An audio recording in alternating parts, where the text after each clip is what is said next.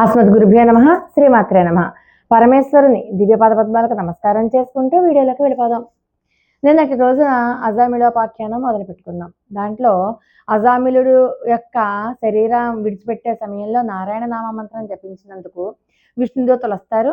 అంతకు ముందే వచ్చేసినటువంటి యమదూతలకి విష్ణుదూతలకి మధ్య సంభాషణ జరుగుతుంది. ఆ సంభాషణ వివరాలు మనం ఈ రోజు 5వ రోజు చెప్పుకుంటాం. సంపూర్ణ కార్తీక మహాపురాణం స్కాంద పురాణ అంతర్గతం. యమదూతల ప్రశ్నలకు చిరునవ్వు నవ్వుతూ విష్ణుదూతలు అంటారు, మేము విష్ణుదూతలం. మీ ప్రభువు మీకు విధించిన ధర్మాలేంటి? అసలు పాపాత్ములు ఎవరు, పుణ్యాత్ములు ఎవరు, యమదండానికి అర్హులైన వాళ్ళు ఎవరు? అవన్నీ ముందర మీరు విపులీకరించి చెప్పండి అంటే వెంటనే యమదూతలు ఇలా సమాధానం చెప్తూ ఉంటారు.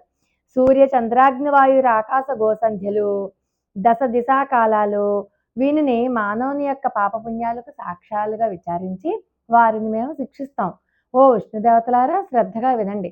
వేద మార్గాన్ని విడిచిన స్వేచ్ఛాపరులు, సాధుజన బహిష్కృతులు, యమదండనార్హులు.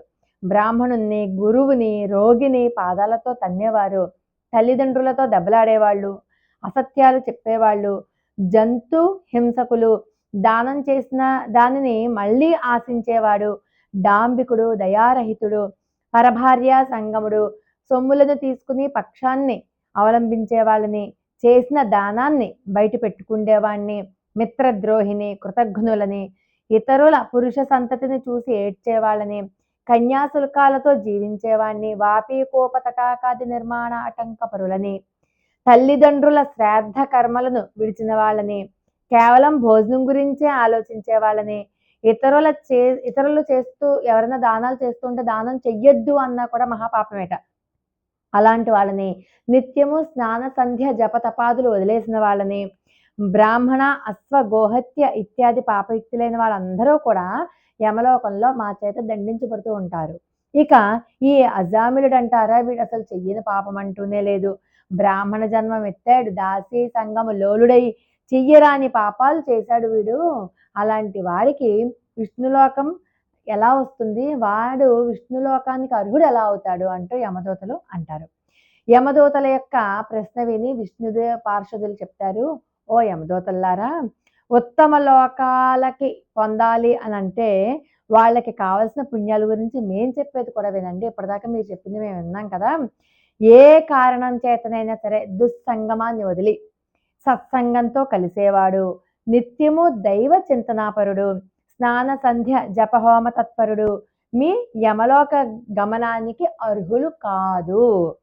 ఓ యమదూతలారా, అసూయాగ్నిరహితులై జపాగ్నిహోత్ర నిర్వాహకులై సర్వకర్మలను సగుణ బ్రహ్మార్పణం చేసేవారు, జలాన్న గోదాతలు, ఋషోత్సర్జనాకర్తలు యమలోకానికి పొందేందుకు అనర్హులు. విద్యాదాత అంటే గురువులు, పరోపకారశీరులు, హరిపూజా ప్రియులు, హరినామ జపం చేసేవాళ్ళు, వివాహ ఉపనయనాలు చేయించేవాళ్ళు, అనాథ ప్రేత సంస్కారాలు చేసేవాళ్ళు, వీళ్ళెవరో కూడా మీ యమదండానికి అర్హులు కాదు. నిత్యము సాలగ్రామాన్ని అర్చిస్తూ ఆ తీర్థాన్ని తీసుకుండేవాళ్ళు, తులసి కాష్టమూలికలను ధరించేవాళ్ళు, గృహాంగణాలలో తులసిని పెంచేవారు, భాగవతాన్ని పఠించేవారు, పూజించేవారు, వినేవారు, సూర్యుడు మేష తుల మకర సంక్రాంతులందుండగా ప్రాతఃస్నానమే స్నానం చేసేవాళ్ళు, వీళ్ళెవరూ కూడా మీ యమలోకానికి అర్హులు కాదు. తెలిసి కానీ తెలియక కానీ హరినామ సంకీర్తన చేసిన వాళ్ళు పాప విముక్తులవుతారు. ఓ యమదూతలారా, ఇన్ని మాటలు ఎందుకు? ఎవరైతే అవసాన సమయంలో శ్రీహరినామ స్మరణ చేస్తారో వాళ్ళు విష్ణులోకానికే వస్తారు అంటూ చెప్పారు.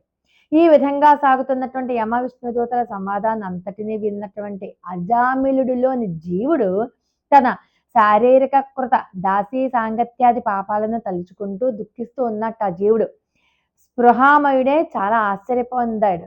ఇదేం ఆశ్చర్యం, ఆ నల్లని కత్తులను ధరించిన వాళ్ళు యమదూతలు ఏమైపోయారు? యమదూతలు వెళ్ళిపోయి విష్ణుదూతలు వచ్చారేంటి? నేను ఈ వైకుంఠంలోకి ఎలా వచ్చేసాను? అసలు ఇదంతా కూడా నా పూర్వజన్మ పుణ్యం కాకపోతే అసలు నా నాలిక మీదకి హరినామస్మరణ ఎలా వచ్చింది? నేను ఎలా పలకగలిగాను ఆ హరినామస్మరణ? నాకు ఈ వైకుంఠం ఎలా ప్రాప్తించిందంటూ తనలో తనే అనుకుంటూ హరిస్మరణ చేయసాగాడు. కాబట్టి రాజా, కేవలము హరినామస్మరణమే అంతటి ముక్తిప్రదాయకమైనది, మోక్షదాయకమైనది. కాగా హరికి ఎంతో ఇష్టమైనటువంటి కార్తీక మాసం వ్రతాన్ని ఆచరిస్తే ఇంకెంత పుణ్యం కలుగుతుంది ఊహించు అంటూ ఆపాడు వశిష్ఠ మహర్షి. జనకుల వారు చెప్తూ ఉన్నారు, వశిష్ఠ, ఈ అజామిలుడు పూర్వజన్మలో ఎవరు, ఏ పాపం వల్ల ఇలా పుట్టాడు, విష్ణుదూతల మాటలకు యమదూతలు ఎందుకు ఊరుకున్నారు, వాళ్ళు యమునికి వెళ్ళి ఏం చెప్పారు అంటూ అవన్నీ కూడా వివరంగా చెప్పండి అంటే వశిష్ఠుల వారు చెప్తూ ఉన్నారు, మీరు చెప్పిన వాటిలన్నిటికీ నేను ఒక క్రమ పద్ధతిలో చెప్తాను అంటూ ఇలా చెప్పసాగారు. అయ్యా, పాపాత్ముడు, దురాచారుడు, నిందిత కర్మాచరణ పరుడు అయినటువంటి అజామిలుని అందలి జీవుని తెచ్చే సమయంలో విష్ణుదూతలు మమ్మల్ని అడ్డగించి అతనిని మా నుంచి విడిపించి తమతో వైకుంఠానికి తీసుకుని వెళ్ళిపోయారు అంటూ యమదూతలు ఆ యమధర్మరాజు గారికి చెప్తూ ఉన్నారనమాట. వాళ్ళని ఎదిరించలేక మేమిలా ఖాళీ చేతులతో వచ్చాము అంటూ చెప్పారు.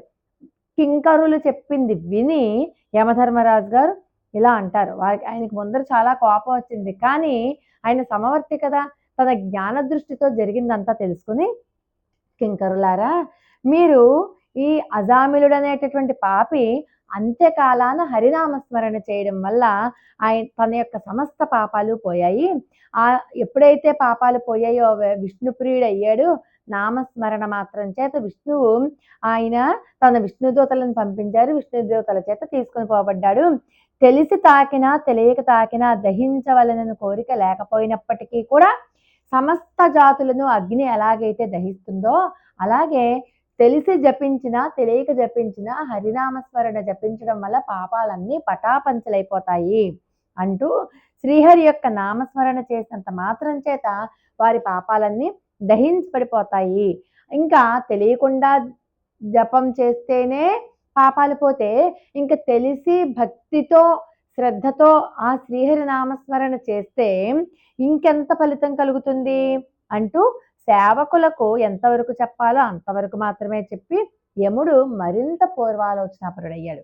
అసలు అజాములుడు ఎవరు పూర్వజన్మలో అంటేట అజాములుడి యొక్క పూర్వజన్మ వృత్తాంతం చెప్తున్నారు ఇక్కడ. ఆయన శివార్చకుడుగా ఉండేవారట పూర్వజన్మలో. ఆ జన్మలో కూడా స్నాన సంధ్యాచరణాది రహితుడు, దైవేతర చిత్తుడు, దైవ ద్రవ్యాపహారి అయి ఉండేవాడు. అప్పుడు కూడా పూర్వజన్మలో కూడా ఆయన ఏమి పూజాధికాలు ఏం చేయలేదు, సంధ్యావందనాలు చేసేవాడు కాదు, పూజ చేసేవాడు కాదు, పైగా భగవంతునికి సంబంధించిన ఆ సొత్తుని కూడా అపహరించేవాడు. బ్రాహ్మణుడు అయ్యుండి కూడా ఆయుధాలు ధరించి దుష్టులతో స్నేహాలు చేస్తూ తిరుగుతూ ఉండేవాడు. అర్చకుడు అయ్యుండి కూడా అన్ని రకాలైనటువంటి అలంకారాలు వేసుకుని స్వేచ్ఛ విహారాలు చేస్తూ ఉండేవాడు. మంచి యవనంలో ఉండేవాడు, అందరితో మాట్లాడుతూను. ఆ కాలానికి అదే గ్రామంలో ఒక దరిద్ర బ్రాహ్మణుడు ఉండేవాడు. అతడు దరిద్ర పీడితుడై అన్నం కొరకు పట్టణాలు పల్లెలు తిరుగుతూ యాయవార వృత్తి అంటే అడుక్కుండేటటువంటి వృత్తిని అవలంబించి ఉన్నాడు. ఒకానొకసారి అతడు తనకు లభించిన యాయవార వస్తుజాలాన్నంతటినీ కూడా మోసుకుని వచ్చి భార్యని పిలిచి, చాలా ఆకలిగా ఉంది, కొంచెం వంట చేసి పెట్టు, ముందు కాసిన మంచినీళ్ళు ఇయ్యి అని చెప్పి అడుగుతాడనమాట. కానీ ఆ ఇల్లాలు కూడా యవ్వనవతియే. కానీ మదాశ్రిత అయి ఉన్నటువంటి ఆ ఇల్లాలు భర్త ఎన్నిసార్లు పిలిచినా కూడా పట్టించుకోకుండా తను కూడా చెడు సావాసాలు పట్టిందయ్యి ఆ చెడు సావాసాల గురించి ఆలోచిస్తూ ఉంది ఆ భార్య. అందుకు కోపించినటువంటి భర్త చేతికి అందినటువంటి కర్రతోటి భార్యని కొట్టాడు. కొట్టంగానే ఆ వెంటనే తనకి పిచ్చి పిచ్చి చెడు ఆలోచనలకి అంతరాయం కలిగించాడు అన్న కోపంతో ఈ భార్య ఏం చేసింది, కొట్టింది, ముష్టిఘాతాలతో కొట్టింది. అసలే నీరసపడిపోయి ఉన్నాడు, ఆకలితో ఉన్నాడు, డస్సిపోయి ఉన్నాడు. ఆమె గృహాన్ని విడిచిపెట్టి ఎప్పుడైతే దెబ్బలు కొట్టిందో భార్య చేత అవమానింపబడ్డాడో ఇల్లు వదిలిపెట్టేసి గ్రామాంతరం వెళ్ళిపోయాడు. అంటే వేరే గ్రామం వెళ్ళిపోయి అక్కడ భిక్షాటనం చేస్తూ బతుకుతున్నాడు. ఎప్పుడైతే భర్త ఇల్లు వదిలిపెట్టేశాడో ఇంకా ఈ భార్యకి అడ్డు అదుపు లేకుండా పోయింది. మరింత తెగించింది అనమాట ఈవిడ. సరే, భర్త తెచ్చినవన్నీ సుష్టిగా భోంచేసింది, మంచిగా అలంకరించుకుంది, మంచి చీర కట్టుకుంది, తాంబూలం వేసుకుంది. ఒకళ్ళ ఇంటికి వెళ్ళింది. ఒక రజకుని ఇంటికి వెళ్ళి ఆ రాత్రి తనతో గడపవలసిందిగా కోరింది. కానీ ఆ నీతిమంతుడైనటువంటి అతను ఆమె కోరిన తప్పుడు పనికి అంగీకరించలేదు. తప్పు ఇలాంటి పనులు చేయకూడదు అంటే వాళ్ళిద్దరూ ఒకరికొకరు వాదులాడుకున్నారు. నువ్వు వస్తావా రావా అంటూ. ఇంకా ఎప్పుడైతే అతను తిరస్కరించాడో ఇతని వల్ల కాదు అని చెప్పి ఇంకా ఎవరైనా చెడు ఆలోచనలు, చెడు పనులు చేసేవాళ్ళు ఉన్నారేమో అని చెప్పి వాళ్ళ కోసం వెతుక్కోవడానికి వెళ్ళిపోయింది. వెతుక్కుంటూ పోతే ఇంతకు ముందు చెప్పినటువంటి ఈశ్వరాలయార్చకులను చూసి వెంటనే వాళ్ళని ఏం చేసింది, ఇప్పుడు మనం చెప్పుకున్నాం కదా, అజామిలుడు పూర్వజన్మలో అర్చకుడు అని చెప్పుకున్నాం కదా, ఆ అర్చకుడిని తనతో గడపవలసిందిగా కోరింది. అతను కూడా దుర అలవాట్లకి బానిసే కాబట్టి అతను వెంటనే ఈ పరాయి స్త్రీ పిలిచిందని కూడా చూడకుండా వెంటనే తనతో వెళ్ళిపోయాడనమాట. వెళ్ళిపోయి తనతో ఉండడం మొదలుపెట్టాడు. ఇంకా ఈ అయిపోయాక ఆ తర్వాత ఈ జారిని అంటే ఎవరైతే బ్రాహ్మణుడి భార్య ఉందో ఆ భార్య ఆ తర్వాత అంతా అయిపోయాక ఆ తర్వాత తను తప్పు తెలుసుకుని ఆ భర్తను వెతుక్కుంటే అదేంటి నేను ఎలా చేశానంటే ఒక బ్రాహ్మణుని భార్య అయ్యుండి నేను ఇలా తప్పుడు పనులు ఎలా చేశాను అని చెప్పి భావిస్తూ ఆక్రోశిస్తూ ఆవేదన చెందుతూ భర్తను వెతుక్కుంటూ వెళ్ళిపోయి ఆయన కాళ్ళ మీద పడి బ్రతిమలాడి ఆయన చెప్పిన మాట వింటూ ఆ రోజు నుంచి తోచా తప్పకుండా బ్రతుకుతోందనమాట. ఇటువంటి పాపాల వలన మరణానంతరము ఆ శివార్చకుడు రౌరవాది మహానరకాలు అనుభవించి సత్వనిష్ఠుడి కొడుకైనటువంటి అజామిలుడిగా జన్మించి కార్తీక పౌర్ణమి నాటి శివ సందర్శనం అంత్యకాల హరినామస్మరణ పుణ్యం వల్ల మోక్షాన్ని పొందాడు. ఆనాటి శివార్చకుని జన్మలో ఇతనితో జారత్వం నరిపినటువంటి బ్రాహ్మణ జారిని కూడా కొంతకాలానికి మరణించింది. నరకంలో బాధలు పొందింది. కన్యాకుబ్జంలోని చండాల గృహంలో ఒక బాలికగా జన్మించింది. కానీ ఆ పిల్ల తండ్రి గండాన పుట్టడం వల్ల వాళ్ళు ఆ పిల్లని అడవిలో వదిలేశారు.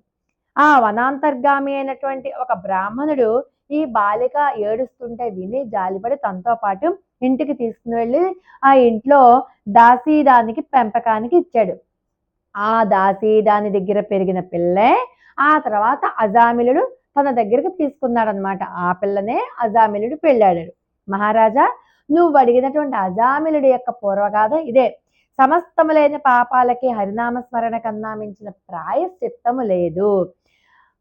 అది సాధ్యం కానప్పుడే ఇతరేతర ధర్మశాస్త్రాది ప్రోక్త ప్రాయశ్చిత్త కర్మలను ఆచరించాల్సి ఉంటుంది. అందుకే కలో నామస్మరణ, కలియుగంలో నామస్మరణకి మించినటువంటి ఔషధమే లేదు అంటారు. జనక నరపాల, ఎవరి జిహ్వ సదా హరిని కీర్తించదో, ఎవరి మనసు హరిచరణాలను ఆశ్రయించదో, ఎవరి చెవులు శ్రీహరి సంకీర్తనలను ఆలకించవో వాళ్ళ పాపాలు ఏ విధంగానూ కూడా నశించే అవకాశం లేదు. ఎవరైతే ఇతర చింతలన్నింటినీ విడిచిపెట్టి సదా విష్ణువునే ధ్యానిస్తూ ఉంటారో వారు తప్పనిసరిగా కైవల్యాన్ని పొందుతారు అనడంలో ఏమీ సందేహం లేదు. మోక్షాసక్తులకు హరినామస్మరణ ఏ విధంగా సూక్ష్మ మార్గమో అదే విధంగా కార్తీక ధర్మాచరణము అనే సూక్ష్మ మార్గం కూడా మహోత్కృష్ట పుణ్య ప్రదాయిని అయి పాతకాలను పారద్రోలుతుంది. పాపాలను నశింపచేసే శక్తి ఈ కార్తీక వ్రతాచరణకు మాత్రమే ఉండడం వల్ల ఎవరైతే ఈ దివ్య వ్రతాన్ని ఆచరించరో వాళ్ళు నరక ప్రాప్తులవుతారు అని చెప్పి తెలుసుకో. పాపనాశిని అయినటువంటి ఈ కార్తీక మహత్యాన్ని శ్రద్ధాభక్తులతో ఎవరైతే ఆచరిస్తారో, లేకపోతే ఇప్పుడు ఉన్నటువంటి ఈ అజామిళోపాఖ్యాన్ని, ఈ కార్తీక మహత్యాన్ని ఎవరైతే శ్రద్ధగా వింటారో వాళ్ళు కూడా మోక్షార్హులే అవుతున్నారు. ఆసక్తులైన వారికి పాప హృదయంతో ఈ మహత్యాన్ని వినిపించేవాడు వైకుంఠగతుడే, విష్ణువుతో కలిసి సుఖించుతాడు అంటూ ఈ కార్తీక మహత్యాన్ని శ్రద్ధగా వినేవారు చెప్పిన వాళ్ళు ఇద్దరికీ కూడా ఉత్తమ గతులు కలుగుతాయి అని చెప్తూ ఏవం శ్రీ స్కాంద పురాణాంతర్గత కార్తీక మహాత్మ్యే నవమ దశమ అధ్యాయో సమాప్త. 5వ రోజు పారాయణం సమాప్తం. లోకా సమస్త సుఖినో భవంతు.